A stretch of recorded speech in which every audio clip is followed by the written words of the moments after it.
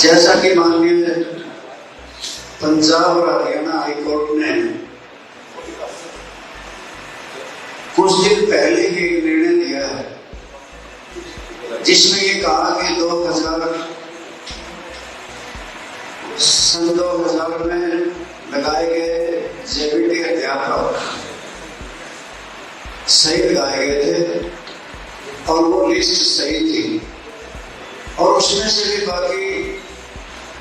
जो 26 वर्ष तक संघर्ष करते रहे लगभग 100 से लेकर 150 अभ्यर्थी थे, उन्हें भी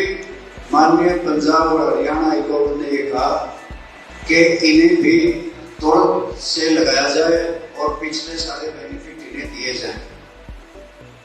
इससे साफ लगता है कि बहुत सी इंक्वायरियां हुई, बहुत से जांच हुई, परंतु उस लिस्ट में जो 3206 लगे थे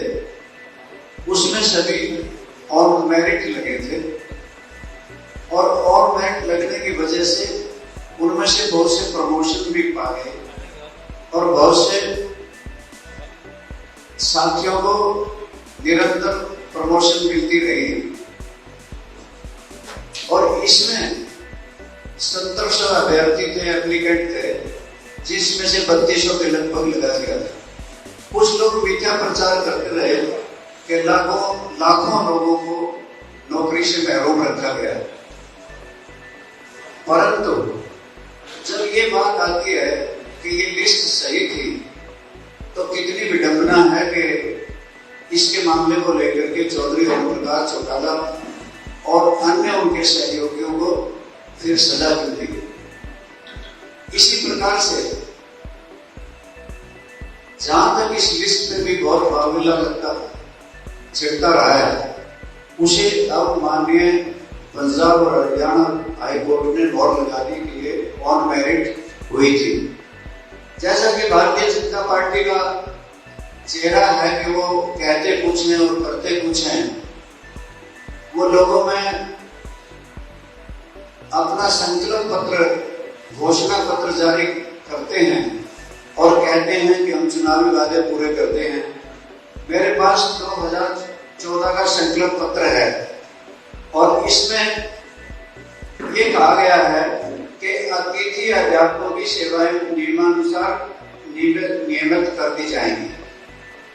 और वो बहुत लंबे समय से 20 वर्ष से निरंतर लड़ते रहे। सुप्रीम कोर्ट में भी गए, हाई कोर्ट तक भी गए और माननीय हाई कोर्ट ने पिछले दिनों जस्टिस मोगिल जी ने फैसला दिया कि इन्हें नियमित कर दिया जाए। और जिस प्रकार से गेस्ट टीचरों का डिसीजन आया है कि उन्हें पक्का करने का, सरकार आनाकानी कर रही है क्योंकि इनकी नीयत ठीक नहीं है। हरियाणा के मुख्यमंत्री जी पंजाब में जाकर तो कहते हैं हमने कर्मचारियों को बहुत कुछ दे दिया, परंतु सरकार से ना किसान खुश हैं, ना व्यापारी खुश हैं, ना कर्मचारी खुश हैं। आज हरियाणा प्रदेश की सरकार जन विरोधी निर्णय ले रही है और गेस्ट टीचर भी इनके शिकार हैं। कुरुक्षेत्र में धरना देकर के बैठ गए गेस्ट टीचर और वो कहते हैं कि हमें पक्का किया जाए जिस प्रकार से फैसला पंजाब और हरियाणा हाई कोर्ट का आया है। साथियों, जब 2014 के चुनाव हो रहे थे तो अपने घोषणा पत्र में भी कहा था कि गेस्ट टीचरों को पक्का करेंगे और उस वक्त के प्रदेश के अध्यक्ष माननीय रामविलास शर्मा जी ने जाके धरने पे ये कहा था कि हम इन्हें पक्का करने का काम करेंगे।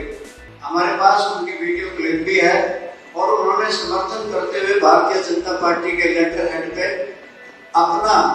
ये चुनावी वादा पूरा करने का भी पत्र उनको सुपुर्द किया था जब वो जंतर मंत्र पे आमन अनशन पे बैठ गए थे। ठीक इसी प्रकार से अब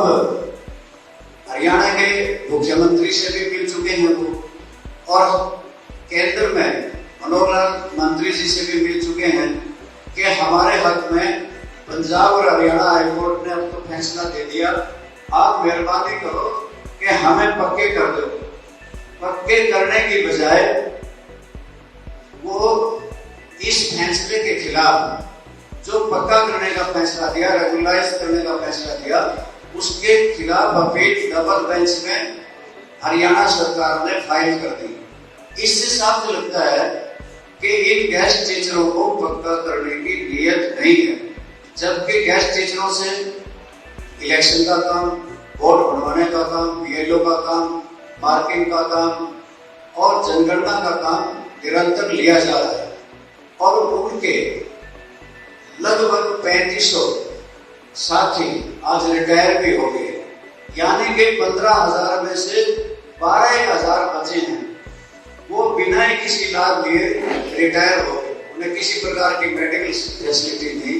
किसी प्रकार की उनकी पेंशन नहीं, और इसी प्रकार से जहां गेस्ट टीचरों के साथ अन्याय किया, ठीक उसी प्रकार से इन्होंने HKRN जो हरियाणा रोजगार कौशल निगम है, उसके 1,20,000 कर्मचारियों से ये वादा किया था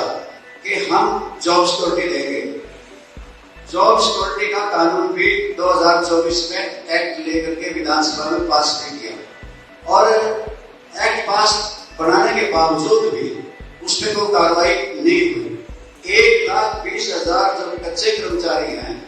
जो हरियाणा रोजगार कौशल निगम में हैं, वैसे तो ये निगम एक फ्रॉड है,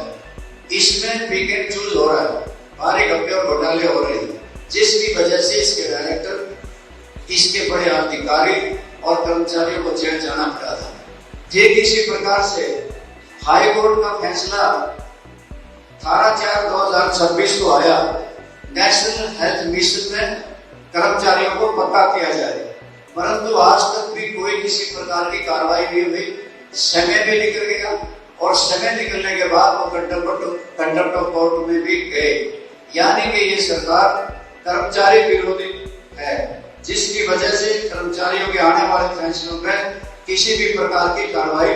नहीं की जा रही। और आप सबको इस बात का पता ही होगा कि पंजाब और हरियाणा हाईकोर्ट में, पंजाब में और हरियाणा में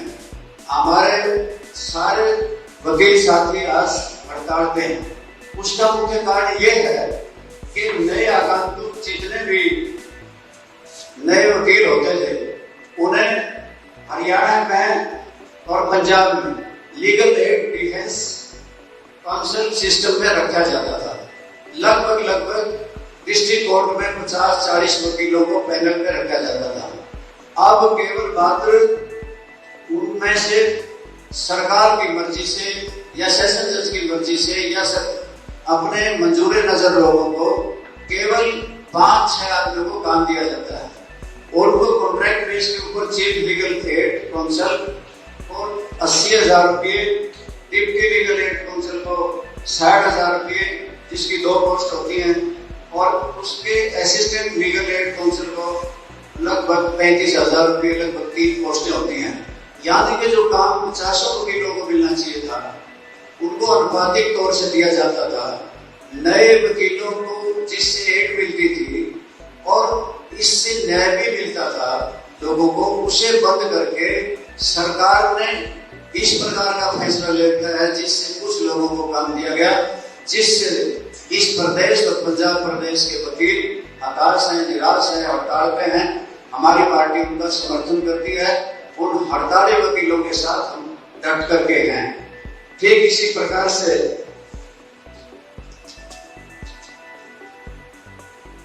जहां जन विरोधी निर्णय सरकार ले रही है